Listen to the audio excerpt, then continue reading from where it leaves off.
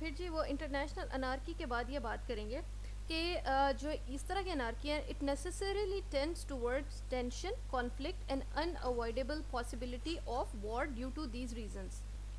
اچھا وہ یہ بات کہتے ہیں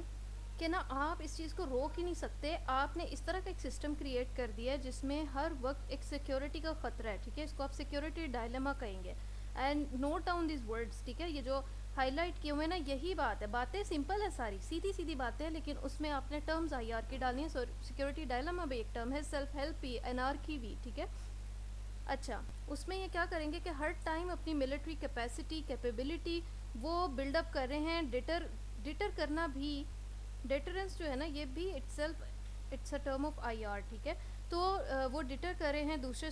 اسٹیٹس کو, اور تاکہ ان کو روک سکیں کہ ہمیں اٹیک نہ کر دو. اور اس میں یہ کیا ہے کہ ایک ریس چل رہی ہے, ٹھیک ہے, اور یہ جو نیوکلیئر ویپنز اور ایک آرمز ریس پوری دنیا میں چلی تھی نا کولڈ وار ایرا میں, یہ اسی وجہ سے, اسی سیکیورٹی ڈائلیما اور اسی خوف کی انسیکیورٹی کی کیفیت میں جو ہے نا سٹارٹ ہوا تھا. اور پھر یہ کانفلکٹ اس وجہ سے بھی انکریج ہوگا کہ فیکٹ یہ ہے کہ اسٹیٹس جو ہے نا وہ ہر ٹائم اپنے سیلف انٹرسٹ, اپنے نیشنل انٹرسٹ کو لے کے تو وہ بہت زیادہ کانشیس ہیں, اور ہر وقت جو ہے نا ریلیٹیو گینز ان کے سامنے ہیں کہ مجھے کیا فائدہ ہو رہا ہے, اس کو کیا فائدہ ہو رہا ہے. اور ایک چیز زیرو سم گیم بھی آ جاتی ہے کہ ریئلزم میں بھی ہے کہ مطلب زیرو سم گیم کا مطلب یہ ہے کہ مجھے تو فائدہ ہو سو ہو, دوسرے کو کوئی فائدہ نہ ہو, دوسرے کا نقصان ہوتا ہے تو ہوتا رہے, بس میرا فائدہ ہونا چاہیے چاہے تھوڑا سا بھی کیوں نہ ہو.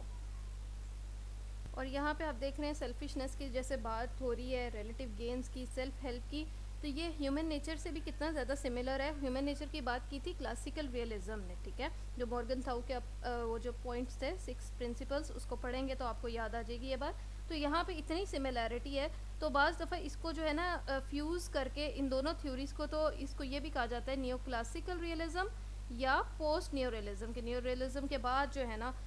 یہ جو ہے تھیوری ایک آئی ہے جس میں ریئلزم اور ان دونوں کو فیوز کر دیا گیا ہے ایک ساتھ. اس طرح کے نام آئیں گے جیسے فار ایگزامپل آپ کو یہاں پہ میں دکھاؤں, ہاں نیو کلاسیکل ریئلزم اور پوسٹ نیو ریئلزم کو میں نے ذرا ایکسپینڈ بھی کر دیا ہے اسی چیز کو. اور اس کے علاوہ ریئلزم کی مزید 2 ٹائپس ہیں جس میں اوفینسو اور ڈیفینسو کی ڈبیٹ آ جاتی ہے. اوفینسو کا مطلب یہ ہے کہ آپ نے خود اٹیک کرنا ہے یا خود آپ نے ایک اگریسو پوسچر اپنا بنا لینا ہے, اور آپ نے جو ہے نا اپنے آپ کو ایز اے ہیجمن شو کرنا ہے. پالیسیز جو ہیں وہ ایکسپینشنسٹ قسم کی ہوں گی, ٹھیک ہے, اور اس کو وہ یہ کہتے ہیں کہ یہ لیس کاسٹلی ہے اور مور ریوارڈنگ ہے than as it is seen by the defensive. یعنی اگر آپ فار اس کی ایگزامپل میں آپ کو دیتی ہوں کہ کشمیر کے بارے میں نا ہمارا ایک عوامی نقطہ نظر یہ کہ ہمیں ایک اوفینسو سٹانس لینا چاہیے تھا شروع سے ہی, تو یہ ایک لیس جو ہے نا کاسٹلیئر آپشن ہوتا, ہمیں جو ہے اس کا فائدہ ہوتا, شروع سے کشمیر ہمارے پاس ہوتا. اب جو ہم اس کا ہمارا ایک ڈیفینسو سٹانس ہے, اس پہ ہمارا